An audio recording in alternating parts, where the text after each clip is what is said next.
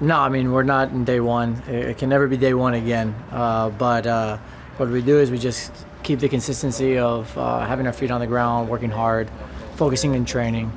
We want to be a relentless club in terms of having that mentality of continuing to go for more always, recognizing the things that we do well, and celebrating those moments, but also being open enough to recognize that we're not perfect and we can be even better.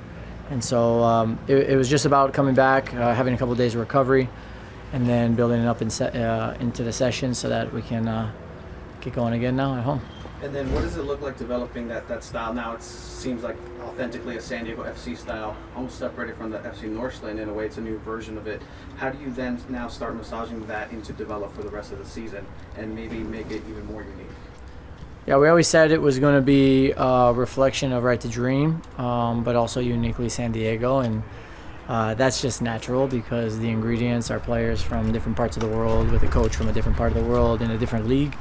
But I think what everybody can see is it's clearly Right to Dream.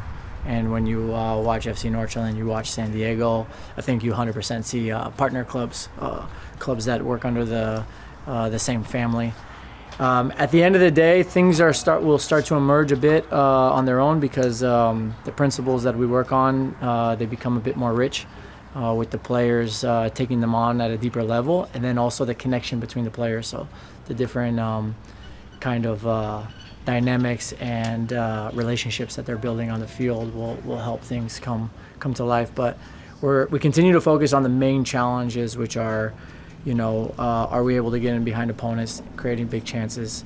Are we the most compact team in the league? And then how do we deal with the space behind our back line because of how we press? And then ultimately how we manage that transition since it is a transition league.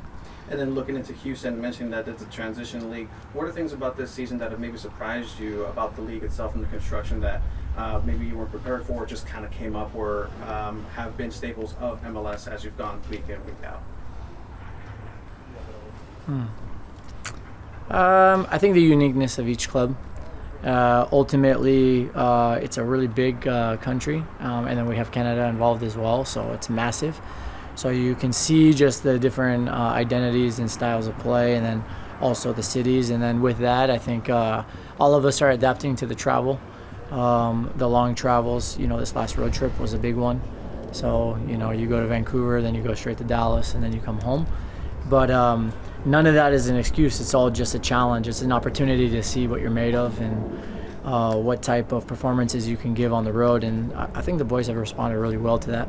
And how do you weave in individual accolades, whereas Anders Dreyer is getting named Player of the Month and he himself is in MVP conversations as well? How do you weave that with the team aspect that has been successful? Everybody in the locker room mentions the team aspect first, but also highlight that individuality of everybody. We don't mind celebrating achievements, especially team ones. I think it's a little bit unique in the MLS that there's like these individual things middle of the season. I don't know. For us, to be honest, we don't pay too much attention to it. We focus on what we do in the training. We give them a high five, of course. Same way if somebody resigns or gets a contract extension, it's a quick high five, and then that moment dissipates in a second because everybody here understands that, it definitely takes individual plays and your individual talent, but it also takes the guy next to you, behind you, in front of you, who's helping those moments come to life.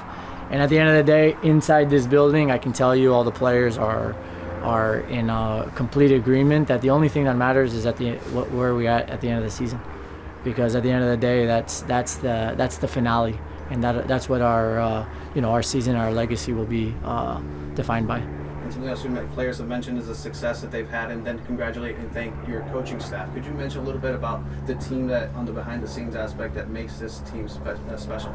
Yeah, we have a great staff. We have, we have everyone from equipment to high performance to the people who are working in the kitchen, the janitorial staff, everybody, the media team.